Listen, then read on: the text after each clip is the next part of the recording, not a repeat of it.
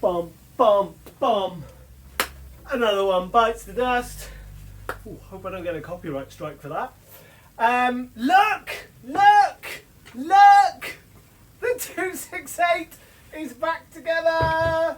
And it's actually a little bit warm because I've been running it a little bit. And look at this, it has this beautiful Samara 26-inch light and tough bar on it, which I'm sure I had on a saw recently and I complained it was too heavy, but it just seems lovely on this saw. So if you've been following along with the 268, you'll know she has been a fighter. Back from when I got it in that box with the military 181, we finally got it together, got it running, did some finger porting, put a little pop-up in it and stuff. So long ago, even I've forgotten really what I've done to it. And ever since, we've been fighting air leaks. I've learnt quite a lot about stuff. I was just thinking just now, actually, I've always been scared of crank seals. It always sounds like such a big job to do. But it's actually not a very big job at all, to the point where, yeah, I think pretty much if a saw is more than about 10 years old, you should just pop a pair in when you build it, really, or if it's an unknown saw to you, just bash a set of crank seals in it, I think. It just makes sense. And of course, on these tricksy little 2 series, thank you to you guys for telling me, you've also got to do the O-ring that goes around the oil pump. And then of course I put it all back together and was worried it wasn't going to pump oil, but it does pump oil. So we're super happy. So today, rather than some new stuff, no 572s, no 500Is, we're going back to the 80s today, guys. Back to finally get this running. I have run it a little bit just to check it runs and tune it a little bit. But let's go and do a bit of cutting with this 268.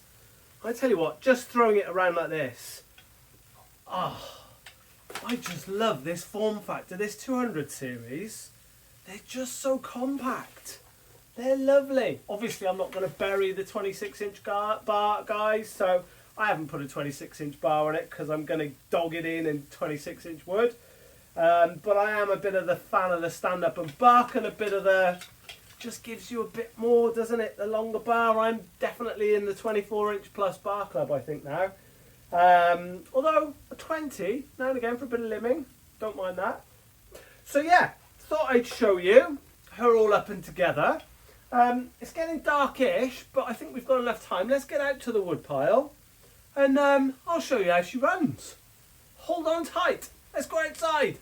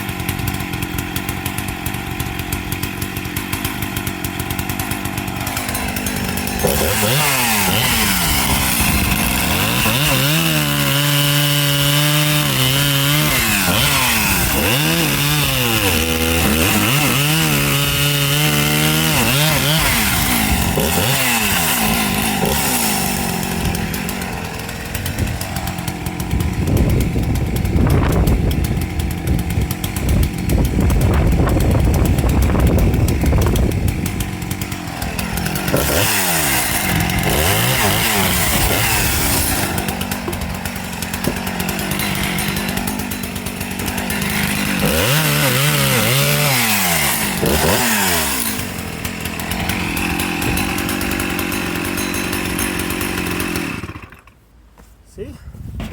Not the biggest of wood, I know, sorry about that, but just wanted to show you it running.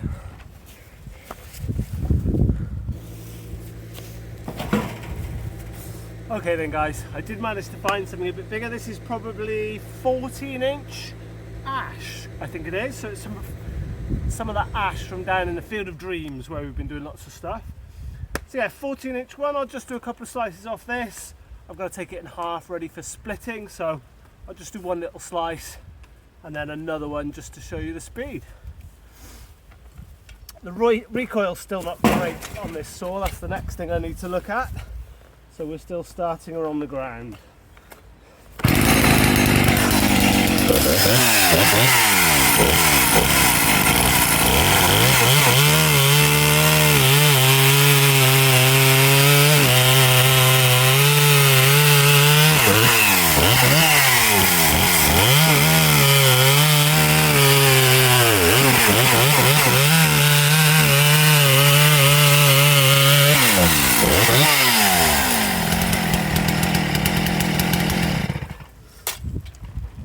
Yeah, hopefully you can see she does pull very well. I'd say feels stronger than my 66 with the 266 top end, so maybe I feel a little race coming on. But yeah, let's go back inside and have a little chat, shall we, about what's next. It's a bit dark and rubbish out here.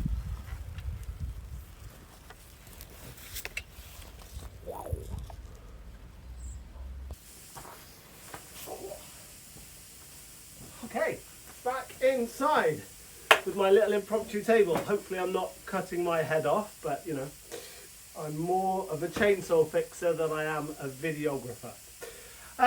Yeah, so there you go, 268 runs. Next plans for this really are get out and do some proper cutting with it, I think. The exhaust is still stock, so I think I'll probably open that up a little bit. Other than that, I really just want to get out cutting with it. It just feels like a really nice saw. Like I said, it does feel a little bit, like it might have a bit more than that 266. So we need to do a head-to-head with that. I tell you what guys though, I just, you know, after using the 500 and the 572 and those things a bit lately, and of course all that mad stuff in New Zealand, it's lovely to come and run one of these again. As you can see, it cuts through, you know, 14-inch hardwood absolutely fine. And I really love this sort of 200 series form factor. They're just small. They're nice, aren't they? So yeah, I think it is still ever so slightly rich on the top end, but I just want to keep it rich for now. I think I quite like them like that. In a bigger cut, it will just clean up to lean, and then as soon as you lift off, it goes back to rich, which is how I like to tune them. I don't tune by RPM. I've never liked that idea of tuning it for max RPM, because that's not what you're doing in the cut, is it? So that, I think it should just clean up to, it should just two-stroke in the cut, and then as soon as the pressure comes off, it should go back to full stroking. That's what I think, anyway. So yeah, thank you. Hello, by the way, to all of the new subscribers.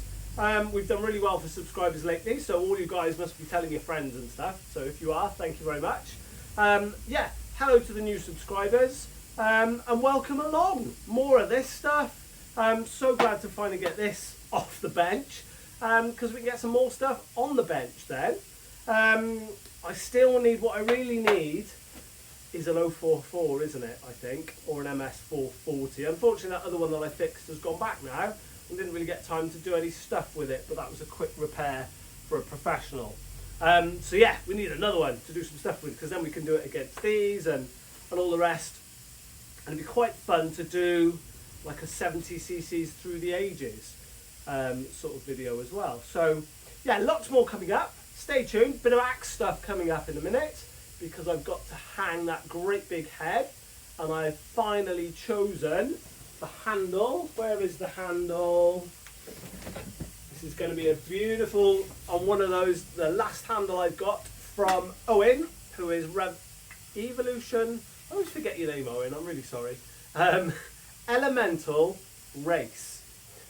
He's normally diving into the comments, and if you're lucky and you nag him, he might make you a handle or two, because they are lovely. So I'm looking forward to getting that massive ML forged head on here. 5.8 pounds, that is, so it's a monster of a splitting axe.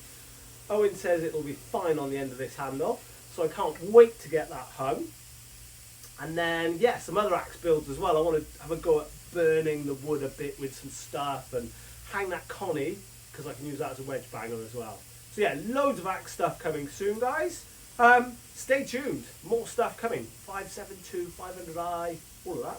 I hope you're well. Hope you managed to get out cutting this weekend. I look forward to seeing you soon. Thank you for watching. Ta-da. Look at that.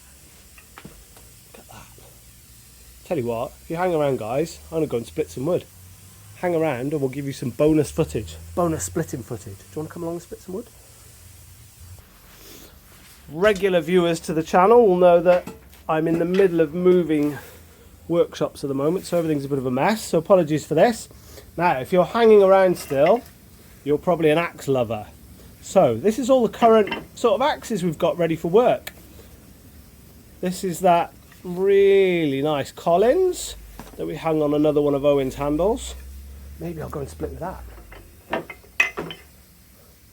Nice old True Temper, Kelly Works, flint edge.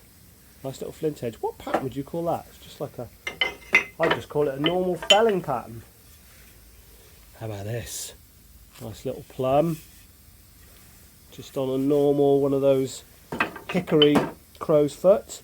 Here's one. Maybe I'll do a video on this, guys. If you're still here and you want me to do a video on this, this is that really pitted high test, which I didn't really get on with the handle profile. So I've had a go at reprofiling. I've massively thinned this section where you can see all the lighter bits. I've really thinned it down here. Really thinned it, because I love this old axe head, but I just didn't really get on with the handle. So I've had a really good go at thinning it. Do you want to know a bit more about that? Then we've got that. Then we've got the gill pin. I keep meaning to give this to my sister. If you've got a lady that likes splitting wood, this gill pin 4, I don't know, my sister's taken a shine to that, but it's a bit too nice to just give to your sister, isn't it? What have we got here? Look at that, high test forged 4.5. Again on one of Owen's nice handles. Look at this monster. Craftsman, high test Craftsman. I've got a feeling this is a 5-pounder, but you can't quite see in there, but that is an absolute monster. But again, that handle, it's a bit like the other one. The handles are such a personal thing. It's just a bit, it's fat for me there. I need to slim that down, I think. And look, you've seen this before on one of Owen's handles that I snapped, but just this lovely little 3-pound wedgie. This thing is an absolute killer, and as we know, they all chop better with a polished edge. I tell you what, that is damn sharp, guys. Right, I think I'm going to grab the old Collins and the plum. Let's go and split up some of that wood we just cut. Collins. Mr. Collins.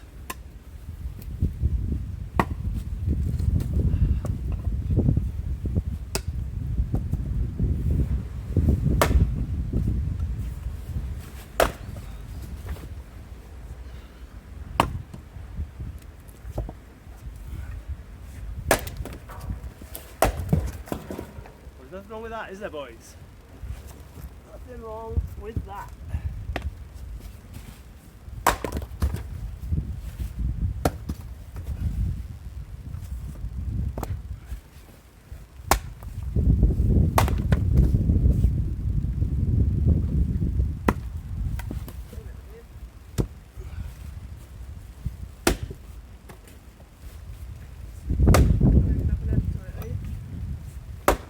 What's that? Oh, you're videoing? Yeah. Oh, sorry. You are live on YouTube. Please do not sweat.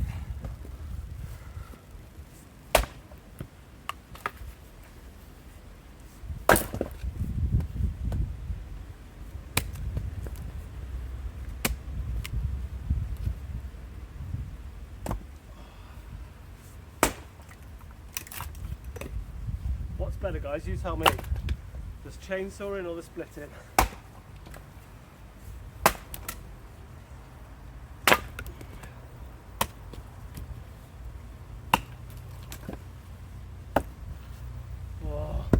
I love it when they're sharp enough to do that.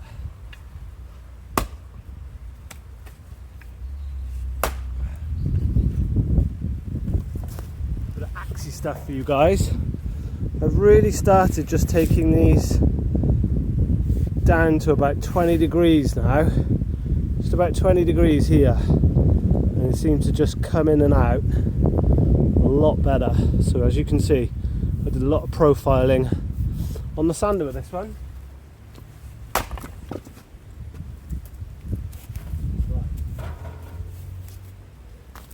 Let's have a little go with the plum. Not sure if this is sharp enough. Yeah, so I haven't put this to 20 degrees. It doesn't quite, you can't quite pick wood up with it.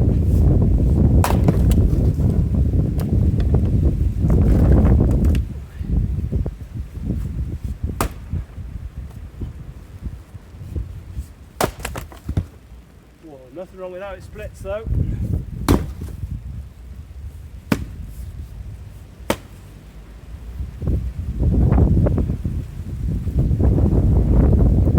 How about this, guys? You enjoying a bonus bit of splitting?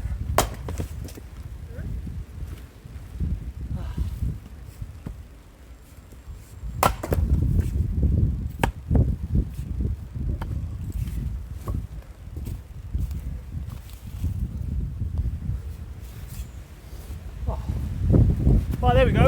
I'm going to do my second round off for this video, courtesy of Mr. Plum and Mr. Collins.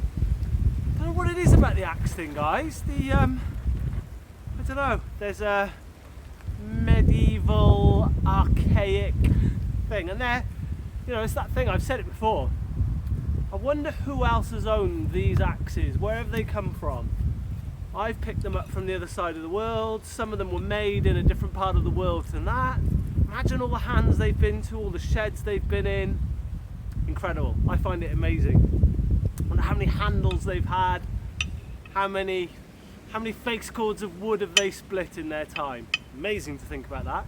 But yeah, well done if you've made it this far through the video. Yeah, get out and do some splitting. Get out and do some cutting. It's good for the soul. Take it steady, guys. Have a great weekend.